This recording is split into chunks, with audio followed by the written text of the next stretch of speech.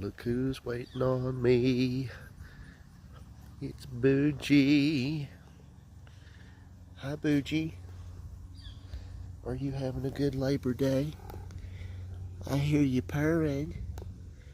Yeah, he's nice.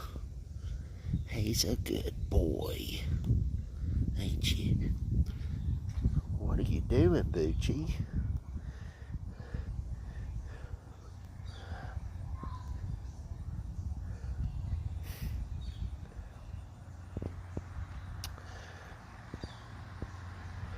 For those of you wondering why I don't give him belly rubs when he does that, he's a little bit touchy.